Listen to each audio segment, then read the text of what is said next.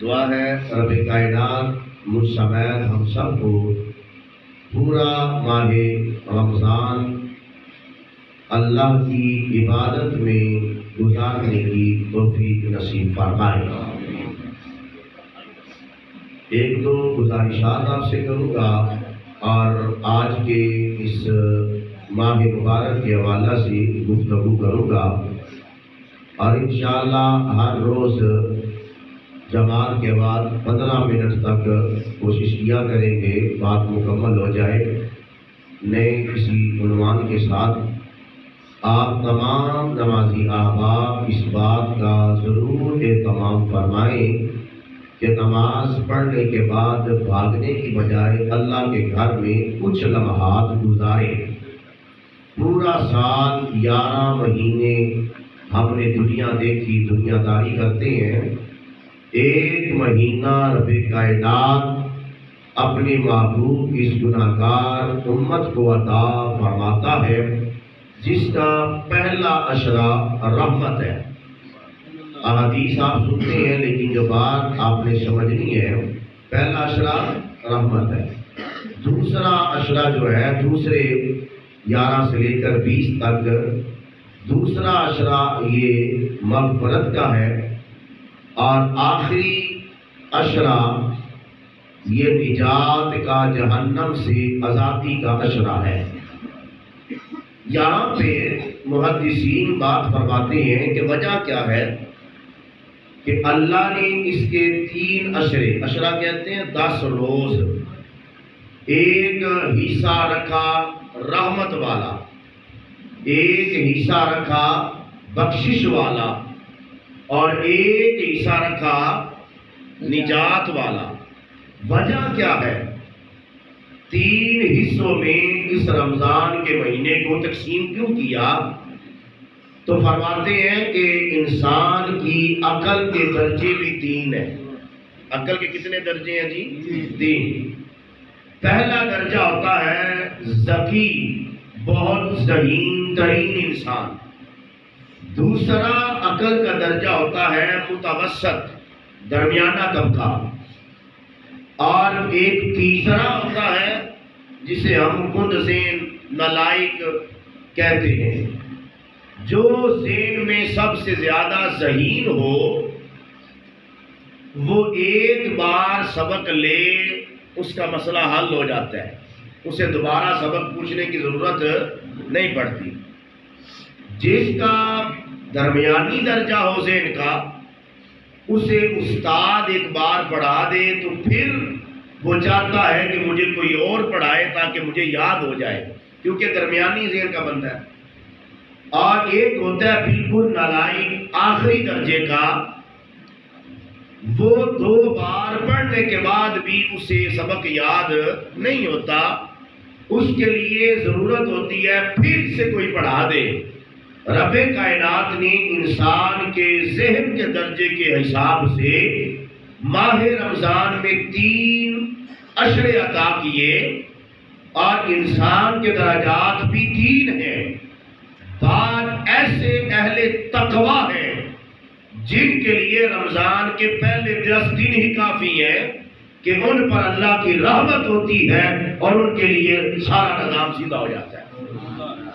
اور بعد تھوڑے سے اعمال میں کم ہوتے ہیں، جو متقی تو نہیں پر اللہ کے نیک بندے ہیں، اللہ ان کو پھر اگلا عشرہ عطا کرتا ہے کہ چلو میری رحمت تو سمیٹی، اب یوں کرو تمہیں 10 دن اور دیتا ہوں، اب اپنے گناہوں کی بخشش کا اہتمام کر لو۔ پھر یہ نیک لوگ جو نماز کے عادی بھی ہیں، تلاوت قرآن بھی کرتے ہیں، اللہ ان کو دوسرا عشرہ عطا کر کے ان کی بخشش فرما دیتا ہے۔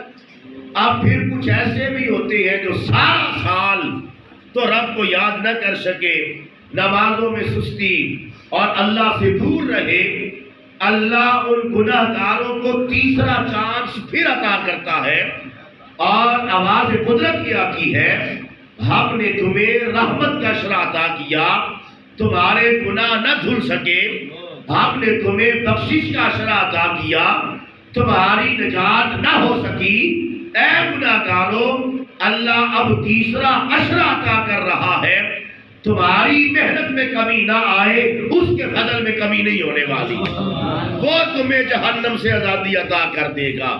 تو اس لیے ہر بندہ ان 3 عشروں کی، یعنی آج سے لے کر آخری رمضان مبارک تک محنت کرے، کوشش کرے کہ ہم سے جو ساری زندگی غفلتیں ہو گئیں، ہم اس مہینے کے اندر اپنے ان گناہوں کے لیے رب کی بارگاہ میں کوئی نہ کوئی اچھا اہتمام کر لیں، کیونکہ ہمارے ہاں غفلت یہی ہوتی ہے۔ یہ اللہ ماشاء اللہ آج ماہ رمضان کی چونکہ پہلی صبح ہے، رات ہم سے دھوکہ ہو گیا کہ پاکستان میں آدھی رات بھی چاند نظر آنا شروع ہو جاتے ہیں، تو خیر حکومتی معاملات ہیں، تو کئی ساتھی محروم ہو گئے نا نماز تراویح سے، پکے نمازی ہمارے رہ گئے، کئی احباب سو گئے، کئی جانوں سے رات تک مجھے کالیں آتی رہی بھی ہم کیا کریں، مسئلہ کیا ہے، تو یہ عوام کو پریشان کیا گیا، اللہ ہم پر فضل فرمائے۔ اور چونکہ 2-4 دن مسجد میں رش ہوتا ہے، ہر جگہ پہ یہ اہتمام ہے، 2-4 دن بڑا ذوق شوق، اور اس کے بعد پھر وہی 4 نمازی، وہی ایک صف، اور پھر ہمارے اندر ایک دنیا داری، جی ہم نے سارا دن کام کرنا ہے۔ ماہ رمضان المبارک کا مہینہ باقی 11 مہینوں سے الگ نظر آنا چاہیے، جب اس کی برکتیں، اس کی رحمتیں اور اس کے فضائل افضل ہیں، تو انسان کے اندر تبدیلی بھی 11 مہینوں سے ہٹ کر ہونی چاہیے۔ جس ڈگر پہ، جس راہ پہ وہ 11 مہینے چلتا رہا، ماہ رمضان میں بھی اسی لائن پہ رہے، تو پھر میں سمجھتا ہوں اس نے مسلمان ہونے کا حق بھی ادا نہیں کیا، کیونکہ رب کائنات کا قرآن تو کہتا ہے ماہ رمضان کا تعلق عام بندوں سے نہیں ہے، بلکہ یہ تو یا ایھا الذین آمنوا فقط رب کے محبوب بندوں کے لیے ہے۔ تو اگر ہمارے اندر نہ تبدیلی آئے، وہی محنت، وہی مشقت، وہی دنیا داری، جبکہ شرعی مسئلہ یہ ہے ماہ رمضان المبارک میں اپنی محنت کم کر دو، رب کی طرف زیادہ لگ جاؤ۔ اور ہم کیا کرتے ہیں، ہم ماہ رمضان میں محنت زیادہ شروع کر دیتے ہیں، بھئی عید بھی ہے، سارا انتظام بھی ہے، وہ رب کے ہاتھ میں سب کچھ ہے، وہ رازق ہے۔ اگر 11 مہینوں سے آپ کا کچھ نہیں بنا تو 1 مہینے سے بھی کچھ نہیں بننے والا۔ تو لہٰذا اس مہینے کو اہتمام کے ساتھ، ذوق کے ساتھ، 5 وقت نماز، تلاوت قرآن اور روزے کے اہتمام کے ساتھ، ایسا بندہ، ایسا مریض جسے متقی، سمجھدار، مسئلے کی سمجھ رکھنے والا ڈاکٹر یہ کہہ دے کہ اگر تو نے روزہ رکھا تو اس بیماری کی وجہ سے تو مر جائے گا، تو وہ روزہ چھوڑ سکتا ہے، اس کے علاوہ کوئی بندہ روزہ نہیں چھوڑ سکتا۔ یہ بات ذہن میں رکھ لیں، شرعی عذر، میں مزدوری کرتا ہوں، کوئی عذر نہیں ہے شریعت کے اندر، میں جی فلاں محنت کرتا ہوں، میں نے فلاں کام کرنا ہوتا ہے، کوئی عذر نہیں ہے، مجھے بھوک لگ جاتی ہے، پیاس لگ جاتی ہے، تو روزہ نام ہی بھوک اور پیاس کا ہے۔ اگر بھوک نہ لگے، پیاس محسوس نہ ہو، تو پھر وہ روزے کی مقصد اور روزے کی روحانیت ہی ختم ہو جاتی ہے۔ یہ ماہ تو رب کائنات نے عطا اس لیے کیا ہے تاکہ بھوک لگے تو بھوکوں کا احساس ہو، پیاس لگے تو پیاسوں کا احساس ہو، اور پھر رب کا وہ کرم ہو۔ تو لہٰذا اس مہینے کو اس اہتمام، اس انتظام کے ساتھ آپ گزاریں، کچھ نہیں ہونے والا، روزے بھی رکھیں۔ ہمارے ہاں اب یہ بھی بہت بڑی غفلت مسلمانوں میں شروع ہو گئی، پرسوں کا جھٹکا آپ بھول گئے ہیں شاید۔ رب کائنات اپنا ہونا ظاہر کرواتا ہے اپنے بندوں پر، یہ تو امت مصطفیٰ ہے کہ رب نے حضور کے صدقے سے ہم پر کرم کیا ہوا ہے، ہم اتنے گناہوں کے باوجود بھی بچ جاتے ہیں، اور اللہ ہمیں اپنی حفظ و ایمان میں رکھے۔ لیکن سائنوں اس رب کے عذاب کے آنے میں دیر نہیں لگتی۔ تو یہ ماہ رمضان کا اہتمام، ہمارے بزرگ ان کی جوانیوں سے ہم نے 55 میں دیکھا ہے، جو رمضان کا ذوق شوق آج وہ نظر نہیں آتا۔ سب سے بڑی مسلمانوں میں یہ غفلت شروع ہو گئی، آج ہر بندہ غفلت کی نیند سو رہا ہے، غفلت کی نیند اٹھ رہا ہے، یہ کوئی مسلمان ہونے کا حق نہیں ہے۔ تو لہذا رب کائنات نے ماہ رمضان، اور پھر کتنا عظیم لفظ ہے رمضان، اس کا لغت کے اندر بڑے معنی ہیں رمضان کے۔ اس کا ایک معنی رمضان کا یہ ہے جلانا. کیا معنی ہے جی؟ جلانا.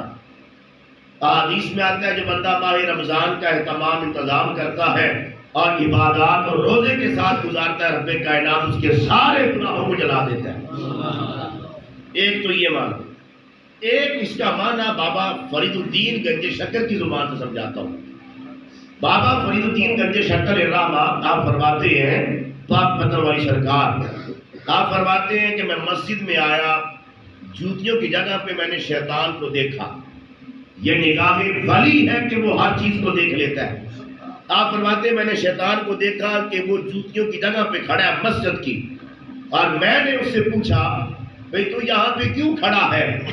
شیطان نے جواب دیا مسجد کے اندر 2 بندے نماز پڑھ رہے ہیں، میں انہیں تنگ کرنے آیا ہوں، ان کی نماز میں خلل پیدا کرنے، نماز خراب کرنے آیا ہوں. بابا فرید الدین گنج شکر الرحمہ آپ نے فرمایا پھر جا کے ان کی نماز خراب کر، کیوں نہیں جاتا آگے؟ شیطان کہتا ہے کیا کروں، ان 2 نمازیوں کے درمیان ایک بندہ سو رہا ہے جو روزے کی حالت میں ہے، جو روزے کی حالت میں ہے، اور جب وہ سانس لیتا ہے نا سوتے ہوئے، وہ سانس لیتا ہے، اس کی سانسوں سے جو ہوا نکلتی ہے میں قریب جاؤں تو مجھے جلا دیتی ہے. میں اس روزے دار کی وجہ سے ان کے قریب نہیں جا سکتا. تو یہ تو عام نفلی روزہ تھا. اگر کوئی عام نفلی روزہ رکھے اس کی برکت اتنی ہے کہ اس کی سانسوں سے بھی شیطان بھاگتا ہے، تو جو ماہ رمضان کے روزے رکھے نا تو کیسا فضل ہوتا ہے اس پر. اور ایک رمضان کا معنی عربی لغت کے اندر رمضان کا معنی ہوتا ہے 2 پتھروں کو میں کسی چیز کو رگڑنا.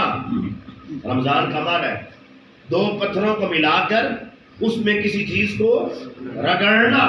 اس کا معنی عربی میں رمضان، اسے رمضان کہتے ہیں. کیا مطلب؟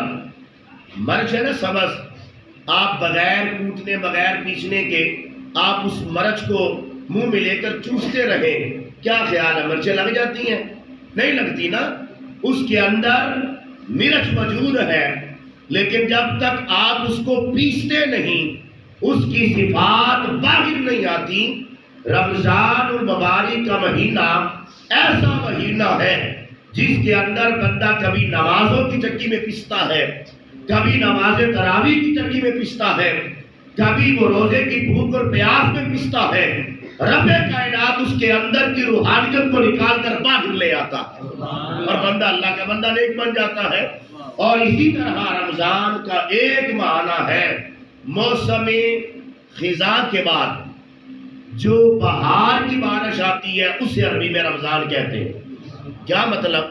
جب موسم خریف آئے نا، خریف ہوتا ہے ایسا موسم جس کے اندر ہوائیں چلتی ہیں، زمین میلی ہو جاتی ہے، مٹیاں پڑ جاتی ہیں، اس کے بعد ایک بارش آتی ہے جو اس مٹی کو صاف کر دیتی ہے، زمین کو صاف کر دیتی ہے.